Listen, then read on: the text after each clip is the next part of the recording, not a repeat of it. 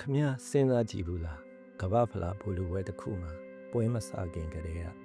ကစားသမားကြီးကွင်းထဲမှာလည်းတနတ်တွေဓားတွေနဲ့ရံပွဲဖြစ်လို့နေပါဖြစ်ခဲ့ဘူးရဲ့ဆိုတာဒါလည်းမကသေးပါဘူးဘသူဘောလုံးနဲ့ကန်ရမယ်ဆိုတာငင်းခုန်ကြရင်နောက်ဆုံးပထမပိုင်းကိုတသိန်းရဲ့ဘောလုံးနဲ့ကန်ဒုတိယပိုင်းကိုနောက်တသိန်းရဲ့ဘောလုံးနဲ့ခွဲကန်ခဲ့ရတဲ့အထိဖြစ်ခဲ့ဘူးပါတယ်ဒါဟာရက်ကွက်ထဲကရံပွဲမဟုတ်ပါဘူး1930ပြည့်နှစ်ကပထမဆုံးအကြိမ်ကျင်းပခဲ့တဲ့အာဂျင်တီးနားနဲ့ဥရုဂွေးတို့ရဲ့ကမ္ဘာဖလားဘောလုံးပွဲအကြောင်းပါဒီနေ့ခေတ်မှာကမ္ဘာဖလားဆိုတာကမ္ဘာပေါ်မှာလူကြီးအများဆုံးတန်ဖိုးအရှိဆုံးနဲ့ဂုဏ်သိက္ခာအကြီးမားဆုံးအားကစားပွဲတော်ကြီးတစ်ခုပါတန်းနဲ့ချီတဲ့ပရိသတ်တွေဟာကိုယ်နိုင်ငံအလံကိုရှင်ဘက်မှာတက်ပြီးမျက်ရည်တွေအောင်ပွဲခံတဲ့အနေနဲ့အတူမိနစ်90စာလှုပ်ရှားမှုနောက်ကိုအယူအမူလိုက်ပါစီမျောကြပါတယ်ဒါပေမဲ့အခုလိုခမ်းနားထည့်ဝါတဲ့ပွဲကြီးဖြစ်မလာခင်နောက်ကွယ်ကတမိုင်းကြောင်းတွေဟာခမည်းထင်ထားတာထက်ပိုပြီးစမ်းကြည့်ပိုပြီးမှောင်မိုက်ခဲ့ပါတယ်မင်္ဂလာပါခမည်းဘလုံးကွင်းထဲကမိနစ်90ရင်ခုန်တန်းနေတွင်မကပဲအဲ့ဒီနောက်ကွယ်ကမယုံနိုင်စရာဇလန်းတွေဘောလုံးရင်ချင်းမှုနဲ့ဘဝတုဒ္ဒတွေကိုတက်ဆောင်လာပြီးမဲ့ Felix Goes for Goal Channel ကနေကြိုဆိုလိုက်ပါတယ်ဒီနေ့မှာတော့တမိုင်းတစ်လျှောက်အကြီးကျယ်ဆုံးဖြစ်လာတော့မယ်2026ကမ္ဘာဖလားကြီးမစတင်ခင်ခမည်းမတီးရဲ့ကမ္ဘာဖလားတမိုင်းရဲ့စိတ်လှုပ်ရှားစရာအစပီခြင်းနဲ့မယုံနိုင်စရာဇလန်းတွေရောတမိုင်းအစအနေလှန်တော့ပြီးကျွန်တော်တို့တူတူသွားကြည့်လိုက်ရအောင်တမိုင်းကိုပြန်ကောက်ရရင်ကမ္ဘာဖလားကိုစတင်ဖို့စိတ်ကူးခဲ့တာတော့FIFA ရဲ့တတိယမြောက်ဥက္ကဋ္ဌပြင်သစ်လူမျိုးဂျူးလက်ရီနီဖြစ်ပါတယ်။သူဟာကမ္ဘာစစ်ဒဏ်ရာတွေကြောင့်စိတ်ဝမ်းကွဲနေတဲ့လူသားတွေကိုဘောလုံးအားကစားနဲ့ပြန်လည်စိတ်ဆက်ပေးခြင်းခဲ့တာပါ။ဒါနဲ့1930ခုနှစ်မှာပထမဆုံးပွဲကိုဥရုဂွေးနိုင်ငံမှာကျင်းပဖို့ဆုံးဖြတ်လိုက်ပါတယ်။ဒါပေမဲ့ပြဿနာကအဲ့ဒီခေတ်ကလေးမြန်နေမရှိကြသေးဘူး။ဥရောပအသင်းတွေဟာဥရုဂွေးကိုရောက်ဖို့အတ္တလန္တိတ်သမုဒ္ဒရာကြီးကိုသင်္ဘောနဲ့သတင်းပတ်ပေါင်းများစွာဖြတ်ကူးခဲ့ရပါတယ်။ပြည်သက်ကြီးစဉ်းစားကြည့်ပါ။ကစားသမားတွေဟာသင်္ဘောကုန်းပတ်ပေါ်မှာတင်ဒီကျင်ကဆင်းကမ္ဘာဖလားတွားကန်ခဲ့ကြရတာပါ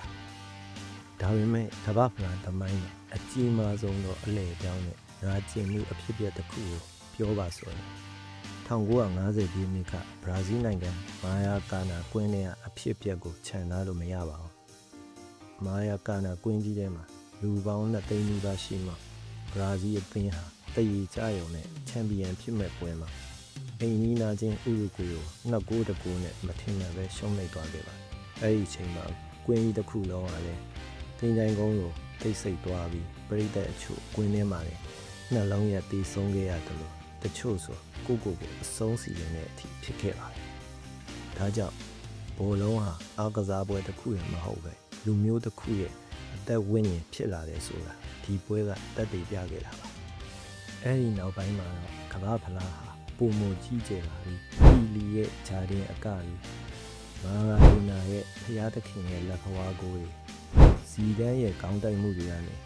အခုနောက်ဆုံး2022ကမ္ဘာဖလားမှာလီယိုနယ်မက်ဆီရဲ့ကမ္ဘာဖလားအိမ်မက်ပြည့်မြောက်မှုအထိရင်သက်ရှုမောပွဲတမိုင်းစာမျက်နှာကိုကြီးထူးခဲ့ကြပါတယ်။ကဲအတိတ်ကတမိုင်းတွေကိုခဏထားပြီးလက်ရှိအချိန်ကိုလှည့်ကြည့်ကြရအောင်။ဘာလို့လဲဆိုတော့အခုကျွန်တော်တို့စီကိုတမိုင်းသက်လျှောက်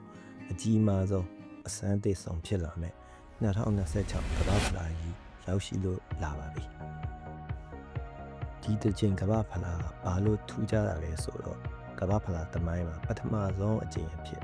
အင်ရှင်3နိုင်ငံဖြစ်တဲ့အမေရိကန်၊ကနေဒါနဲ့မက္ကဆီကိုတို့ပူးတွဲအင်ရှင်အဖြစ်ကျင်းပမှာဖြစ်လို့ပါပဲ။နိုင်ငံတစ်ခုရဲ့မဟုတ်ပဲမြောက်အမေရိကတိုက်ကြီးတစ်ခုလုံးဘောလုံးအဖျားယောဂါကူးစက်ကြတော့မှာဖြစ်ပါတယ်။ဒါရင်မကလေးပါအသင်းအရေးအတွက်ကိုလည်း32တင်းရနေ48တင်းအထိတိုးမြင့်လိုက်တဲ့အတွက်စုစုပေါင်းပွဲစဉ်104ပွဲအထိကြီးစုရတော့မှာပါဒါဟာဘောလုံးပရိသတ်တွေအတွက်တော့တကယ်ပွဲတော်ကြီးတစ်ခုပါပဲဒီပွဲမှာမက်ဆီနဲ့စီရိုနယ်ဒိုတို့ရဲ့ခေတ်လွန်ကာလ ဘယ်သူတွေကကမ္ဘာဖလားရဲ့အရင်အသစ်ဖြစ်လာမလဲအမ်ဘာဘေကရောပြင်သစ်ကိုထပ်ဦးဆောင်နိုင်မလားဒါမှမဟုတ်ဟာလန်ရဲ့နော်ဝေးဖီနီစီးယားရဲ့ဘရာဇီးတို့ကရောဘာတွေလုပ်ပြမလဲဒါမှမဟုတ်တမိုင်းကိုပြောင်းပြန်လှန်မဲ့အသင်းငယ်လေးတွေပေါ်လာအောင်မလားဆိုတာရင်ခုန်စရာအပြည့်နဲ့ကမ္ဘာဖလားပါပဲဒီလိုစိတ်လှုပ်ရှားစရာကောင်းတဲ့2026ကမ္ဘာဖလားကြီးရဲ့တိုက်ပွဲတွေနဲ့အတူဘောလုံးလောကရဲ့အထွေတွေဘဟုတုတတွေသုံးသက်ချက်တွေအသင်းတွေရဲ့နီးဗျူဟာတွေနဲ့ကစားသမားတွေရဲ့စိတ်ဝင်စားစရာနောက်ွယ်ရဇာတ်လမ်းတွေကိုကျွန်တော်ရဲ့ channel လေးကနေအမြဲတမ်းတင်ဆက်ပေးသွားမှာပါကျွန်တော်နဲ့အတူဘောလုံးခီးစဉ်ကြီးကိုအတူတူလိုက်ပါဖို့ဖိတ်ခေါ်ချင်ပါတယ်ကဲပရိသတ်ကြီးရရောဒီနေ့2026ကမ္ဘာဖလားမှာဘယ်အသင်းကိုအားပေးကြမှာလဲဘယ်အသင်းကချန်ပီယံဆုဖလားကြီးကိုစုခုသွားမလဲဆိုတာကွန်မန့်မှာအခုပဲခန့်မှန်းပေးခဲ့ကြပါအောင်ဗျာဗီဒီယိုကိုသဘောကျရင် like လုပ်ပြီးနောက်ထပ်တင်တဲ့ဘောလုံးအားကစားနဲ့ပတ်သက်တဲ့အစီအစဉ်တွေနဲ့မလွတ်တမ်းကြည့်ရအောင်